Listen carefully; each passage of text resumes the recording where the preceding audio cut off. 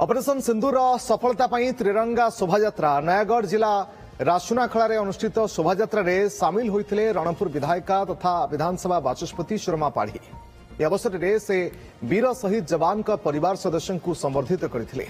रासुनाखड़ा bus stand ठारू दक्षिणाकाली मंदिर पर्यंत 120 मीटर लंबर त्रिरंगा पताका शोभायात्रा करा एथिरे विभिन्न स्कूल कॉलेज शिक्षानुष्ठान छात्र छात्री सहित सामिल होते स्थानीय अंचल महिला एवं बहु जनसाधारण। इस शोभायात्रा रणपुर निर्वाचन मंडलीर बीजेपी नेता और कर्मी जोगदे पाकिस्तान विरुद्ध में भारतीय सेना सपक्ष में स्लोगान देते।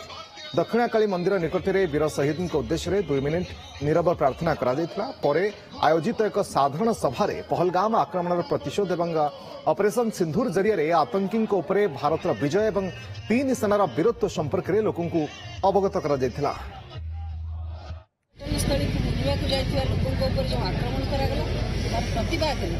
प्रिय प्रधानमंत्री जो पदक्षेप नहीं भारतवर्ष आतंकवाद को विलुप्त कर जो संकल्प नहीं से संकल्प सहित आम ऐक्यबद्ध अच्छु कटिबद्ध अच्छु एक आम प्रमाण करने प्रत्येक परिस्थितिर कड़ा मुकाबला करने भारत प्रस्तुत अच्छे। ये वार्ता आज देश आम भारतवर्ष आज सारा विश्व को देती।